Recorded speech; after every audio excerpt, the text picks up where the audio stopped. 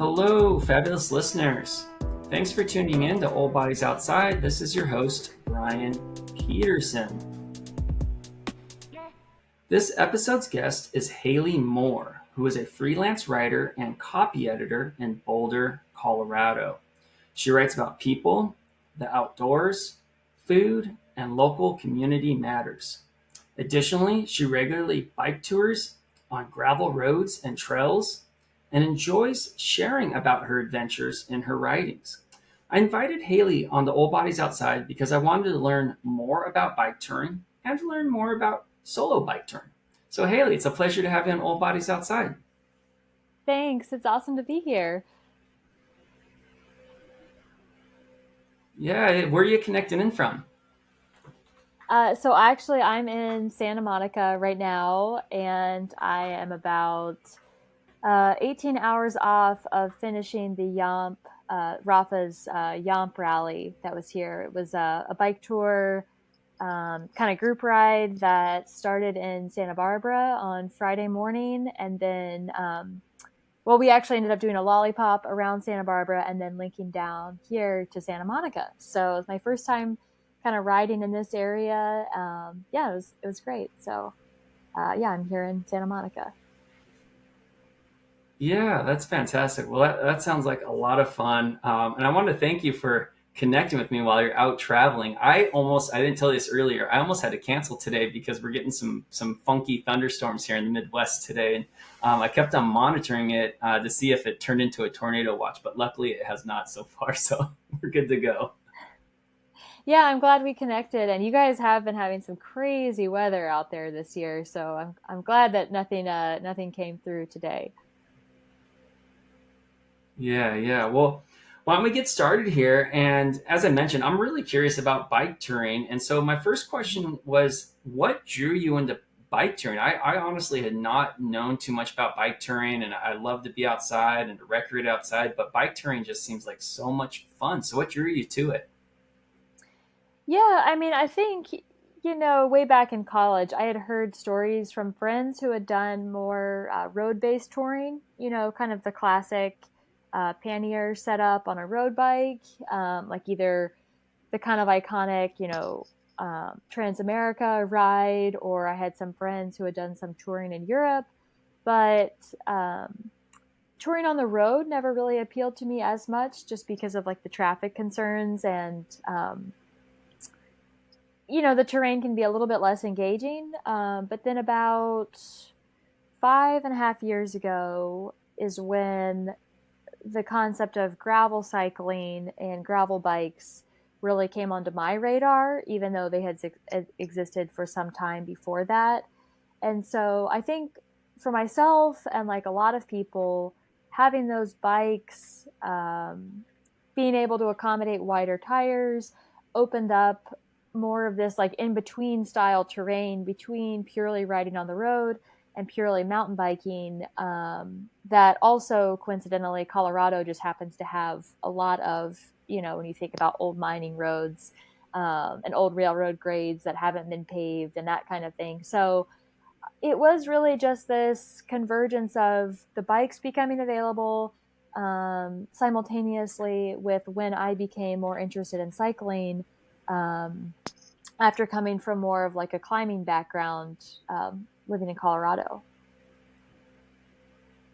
Nice, nice. And do you think that with gravel touring, you're out in some remote destinations. Do you have a higher sense of perceived safety for when you're gravel touring, or when you're, say, if you did happen to road bike?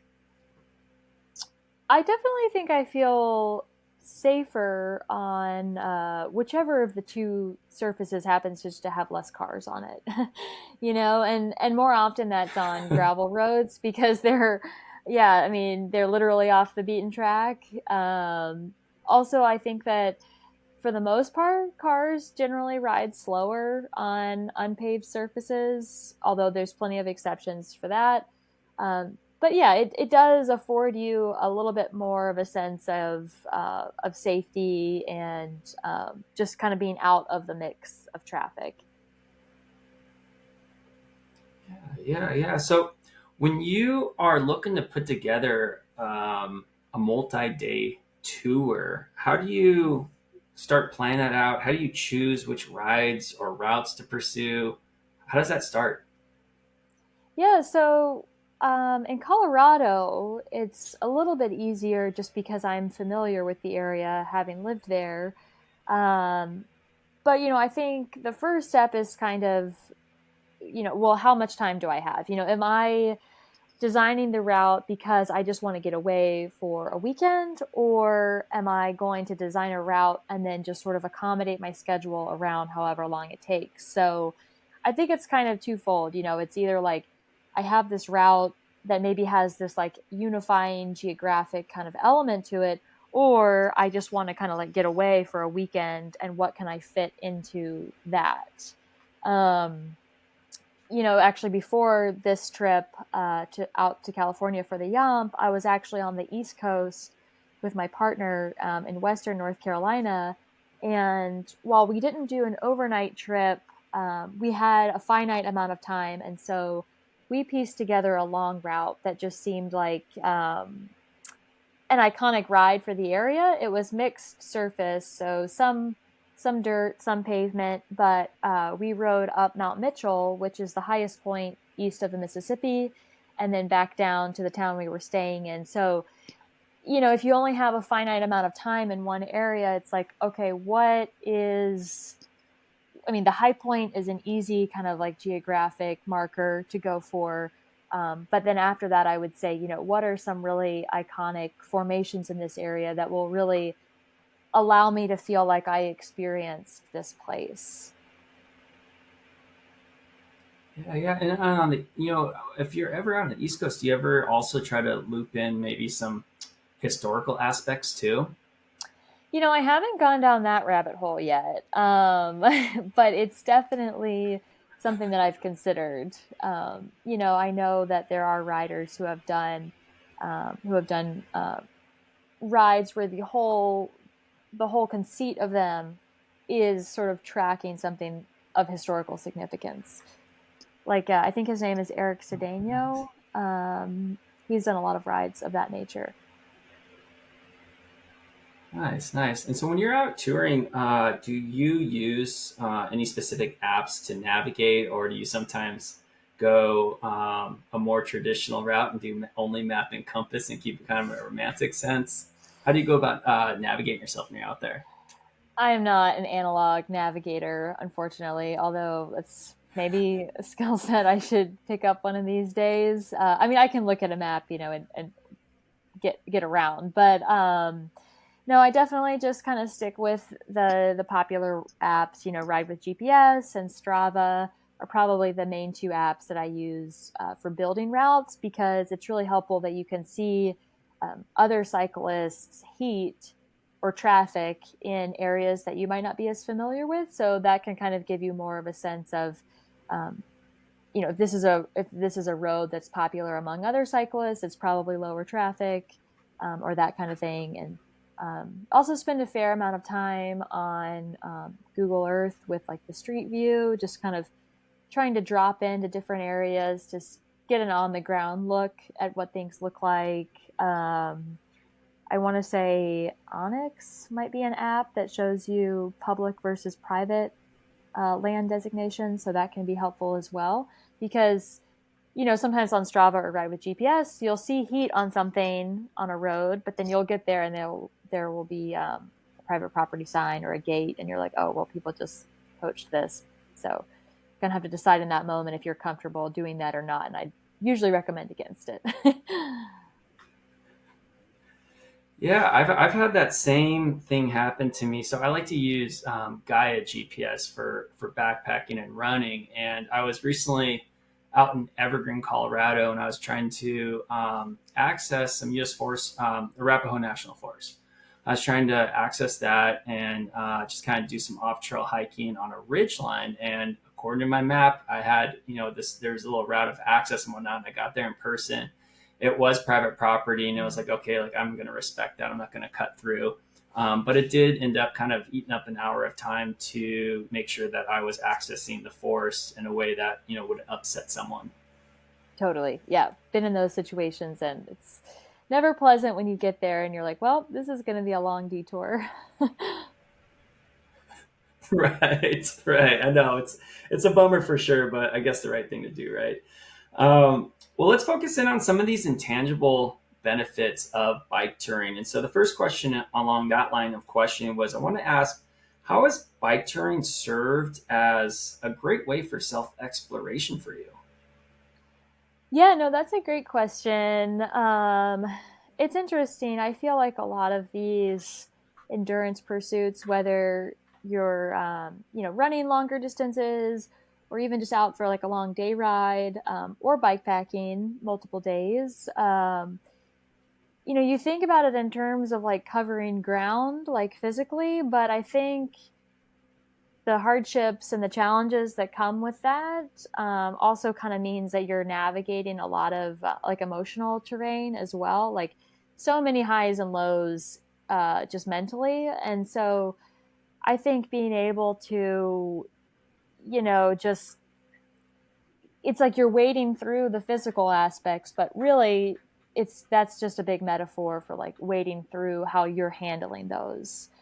And so I think that having a physical representation of that kind of struggle and challenge, um, can be like really fulfilling in the end, because it's like something you can point to, like, oh, I did this route, but really it's, I got myself through this route by, um, working against or accepting what was happening on the ground. Yeah, yeah, that's very interesting. And do you ever bring a journal along with you and just kind of do like post write, like say if you're out camping or whatnot, and you got a 30 minutes before bed, do you ever just kind of do a little reflection and self evaluation? Sometimes I do, especially if I'm out solo. I have like a little pocket journal I'll bring.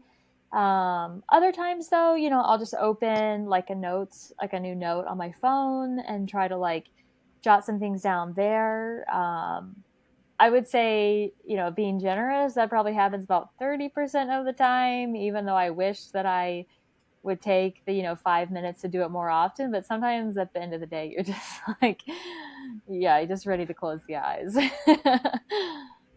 Yeah, yeah, you're wiped. I've also found for myself that I am more inclined to journal when I am solo. Hmm. Yeah, I think for sure it's, I think especially in the evenings, often my partner and I will obviously talk about the day as we're kind of winding down. But I think when you're solo, it's almost like, you're having that kind of transition between activity and rest in the journaling process, that you might otherwise have like through conversation. Right, right. I can totally see that too from my experiences. Hmm. Well, continuing on about the solo bike touring, this is something that was I thought I'm really fascinated with. How did you gain comfortability to get to the point of doing, say, multi-night solo bike touring? Was that something that you had to build up to, like maybe do a night out by yourself in a place that you're familiar with, or did you just kind of jump and go for it?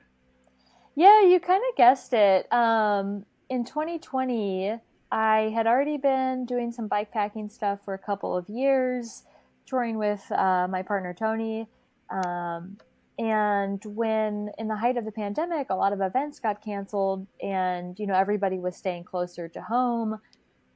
I just set a goal for myself that summer to go on a solo tour.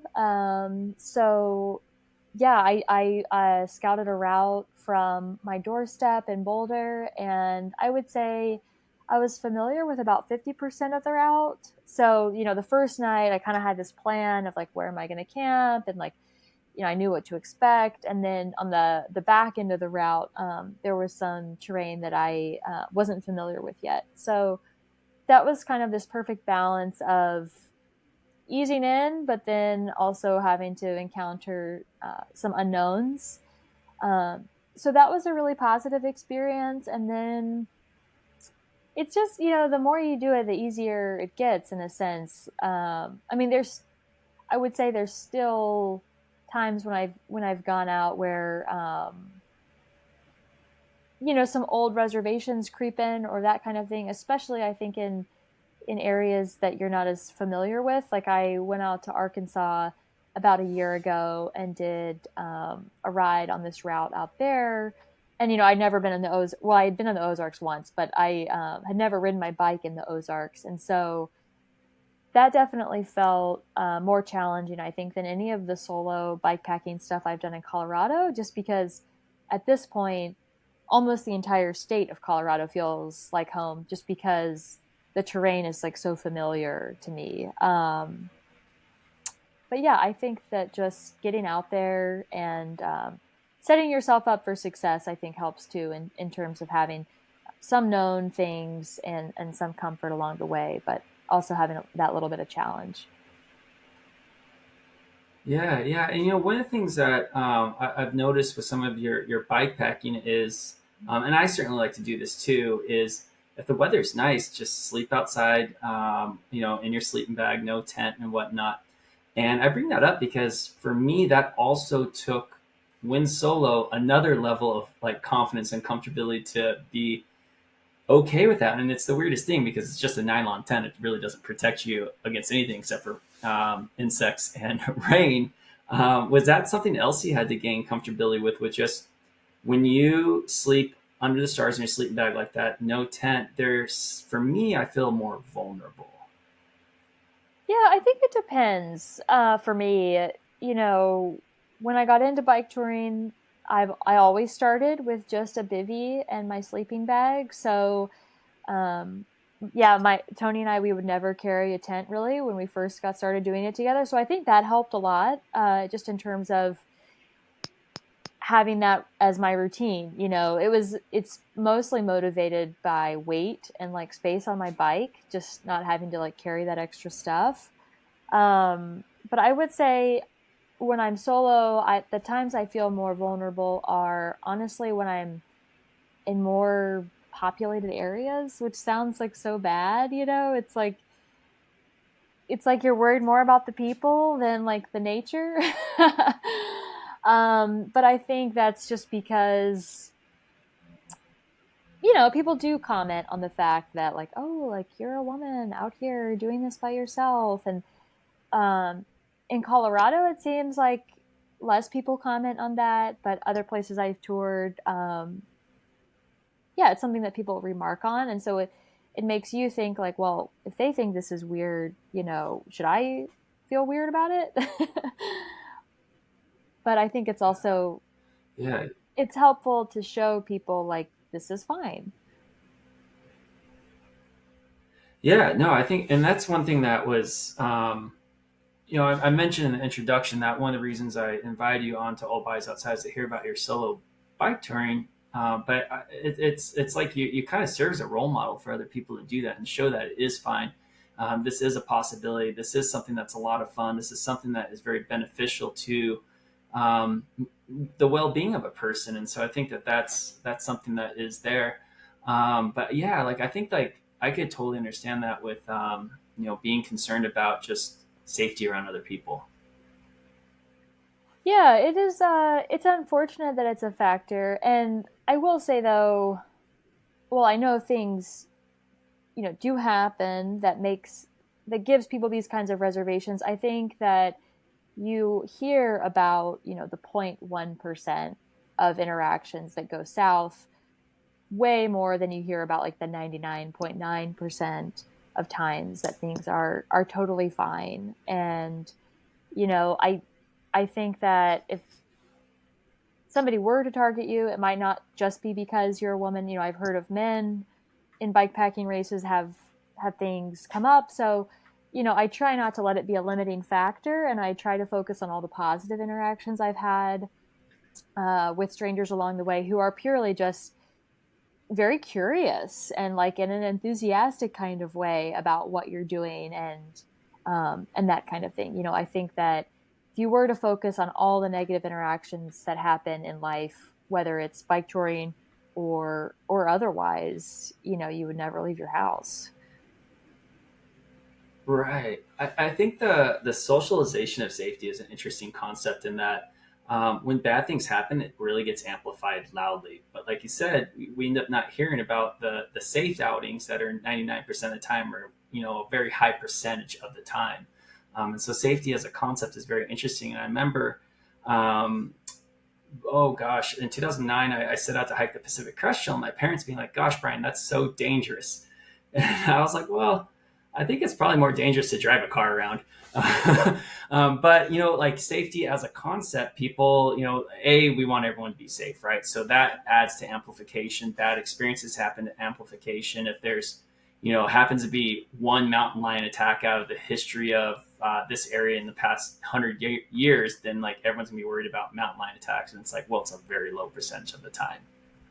For sure, for sure. And I always think about, the runner, Ricky Gates, who ran across the country, a few years back. I think he did this in 2016 or 2017, and he was like pushing like a stroller, like on foot, like running across the country.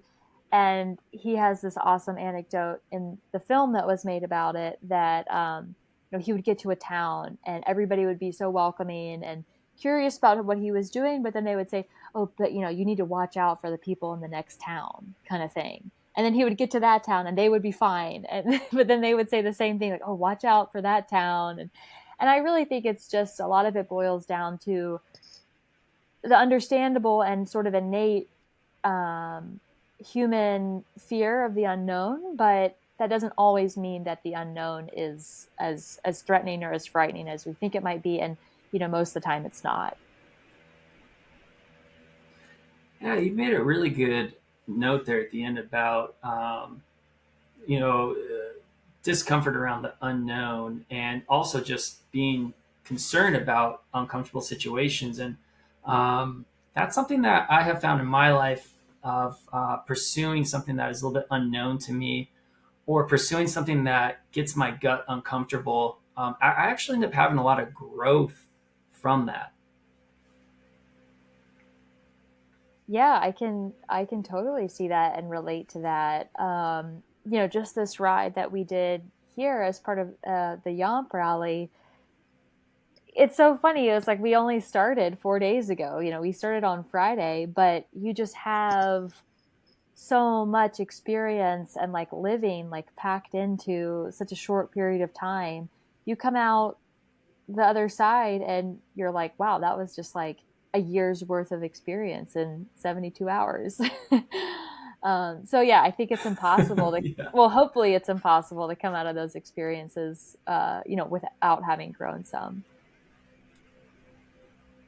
Yeah, yeah. And one of the things that I have perceived for myself is, with those types of experiences, a boost in my self-efficacy. And what I mean by that is, I start having more confidence in a lot of different capabilities of myself. And that could be, going solo, but it could also be emotional management, a lot more confidence with that, a lot more confidence with my resiliency. And so I wanted to know, if you've ever thought about how maybe going on some long bike tours, how that's affected your sense of self-efficacy.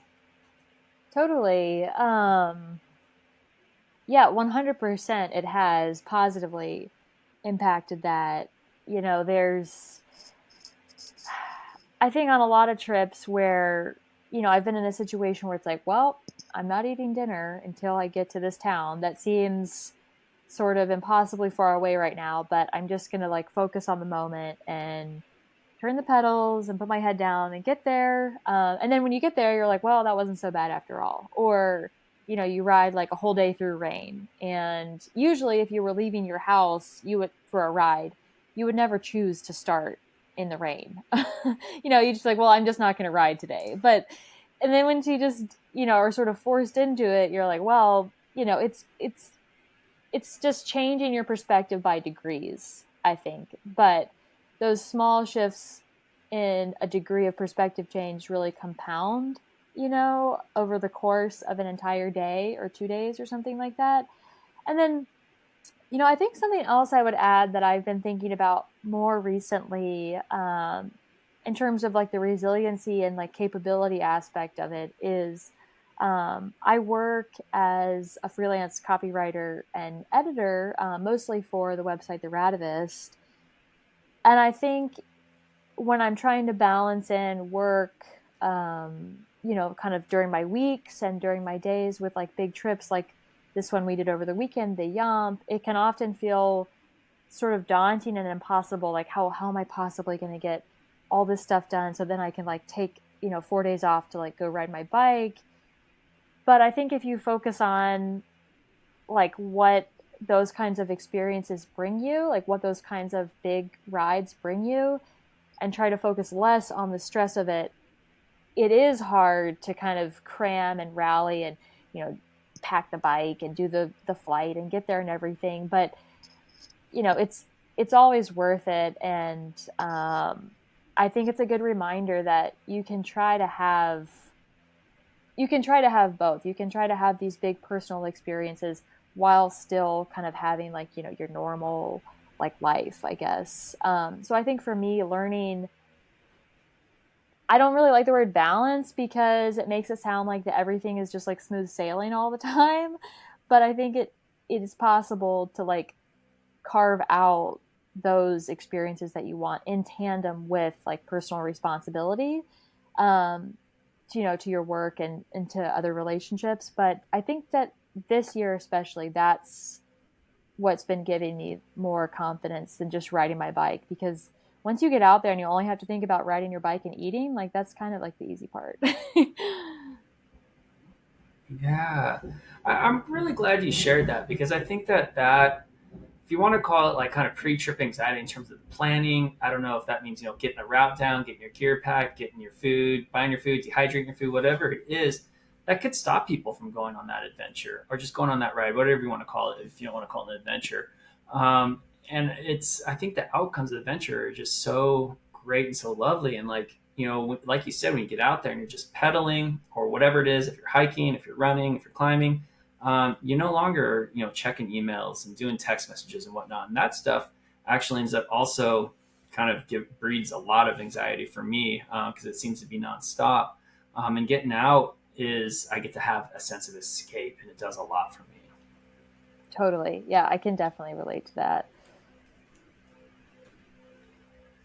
Yeah, yeah. All right. So one of the things that you mentioned earlier, and this is getting away from kind of the experiential aspects, but the lightweightness of your gear, and I can see that being lightweight is really important. And so, how regimented do you get about that? Do you like measure stuff down to the ounce and the gram, or you're just like, okay, this is pretty light, I'm going to go with it? It's the only time I'll really get into weighing stuff is, I've been in a situation before where I'm like, oh, do I want to take this jacket or this jacket? And I'll just be like, well, let's put it on the scale and see. But I think for me, it's mostly about having the framework of the bags that I want to have on my bike and knowing where I like to carry things in terms of like where I want the weight distributed. And once I have that sort of framework in place, I don't want to be having to like add more bags on because I know how that's gonna affect the handling of the bike. And so it's really sort of trying to trim my gear to fit into the capacity that my bike will allow. I'm 5'7".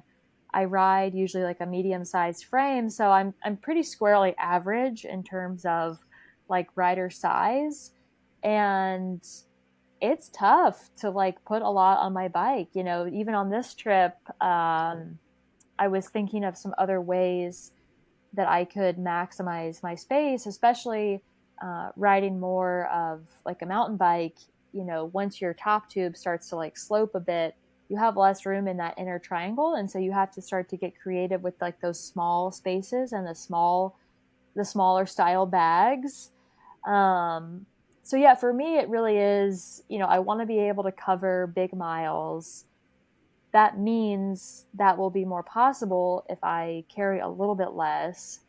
And so it's finding that balance of, okay, well, what is like the least amount I can get away with while still knowing that I will feel comfortable and safe and warm, if X, Y, or Z like happens. Yeah, yeah. And I feel like for me, so I'm trying to relate to you through my backpacking experiences because I've never Mhm. bike toured, bike packed before. And I know that one of the things that really, so I can only pack what's in the backpack, right? Um, food gets in the way. And so I struggle with food sometimes, especially when you're getting past about 5 nights. Yeah, I've never had to pack enough food on the bike for 5 nights. that is that's quite substantial. But yes, on the I think the nice thing about bike packing is you have a little more wiggle room with, I think, with the amount of stuff that you're carrying. Like your volume can kind of expand and like shrink, so sometimes what I'll do if I know that I'm going to have to do kind of like a big food resupply, to be clear, I think the only like the longest stretch I've ever had to like carry food for is like 2 nights, so 2 days, 2 or 3 days. um and my partner and I will often carry, like a little Sea to Summit kind of like packable backpack. We don't ride with backpacks, but we'll have one of those in our bags. So in case we like hit a store and we like grab a bunch of stuff, we can just throw all the food in there and then kind of whittle it down and like stash it in different places on the bike. But I think having that as like an easily like accordionable volume thing is what I've seen a lot of riders do, because they know that because you're going to be eating the food, you're not going to have to be carrying that like the whole time. But yeah, I have to say I don't really envy the backpackers that have like 50-pound packs. Like that's why I bike pack, so I don't have to carry anything on my back. Yeah, yeah. I like that. I like that. I know. I think for summer 2024, I'm going to do a 10-night traverse in the Wind River Range, and there's nowhere to resupply. I'm like carrying 10 nights of food. That's going to be horrible. It's not going to be fun. But enough about me. I wanted to hear about. So, say someone wants to get into bike touring, bike packing. They got a little bit of background in this, but they're concerned for a lot of reasons. They're not sure if they should do it. What would be your recommendation for someone getting started and dipping their toes into it and going from there? Yeah, I mean, A of all, I don't think that some kind of first ride has to be like this like super epic thing. Although the flip side of that is I think if you do kind of pull off something that feels really big, um, and maybe intimidating, it's also usually like more satisfying afterwards, and maybe you're left with like maybe that kind of expedites like your learning curve. On the other hand, though, I would say I think it's totally fine and fun just to like plan a route and go like camp out like somewhere in your backyard, like 20 miles from your house or like whatever, and I think also for folks getting into it, if you have friends who have done it before, then see if you can like go on a trip with them, because I do think that having company on your first time just always makes it more pleasant, and you're getting to share that experience with somebody. And if you don't have any friends who are into it, then maybe try to recruit one of your friends who might be interested in checking it out with you. Um, Otherwise, I know that throughout the year, it seems like it's gaining popularity for brands like Rafa to do these kinds of bikepacking events that really aren't supposed to be races, and they're fairly hands off in terms of the amount of support you have out there, but you do feel like there is a low level of safety net in case something were to go awry. Um, and then there's also the route of doing like a fully supported, I'm paying to like have somebody or to go with a group on a bike packing thing. And so there's a lot of different levels of support or a self-led trip that you can take. In terms of finding a route, I mean that's kind of tough because folks all over the country might be dealing with different amounts of bikepacking development in their areas. But like I was saying, Strava and Ride with GPS both have a cycling layer like heat map where you can kind of see where other riders go. You know,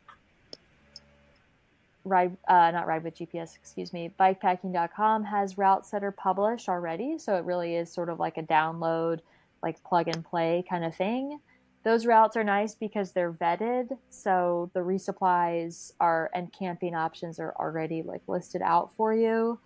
The website I work with, the Radivist, while we don't do a lot of route stuff, we do share trip reports of bikepacking rides that people have done in different areas. So you could always just search, for your city or your area and go from there.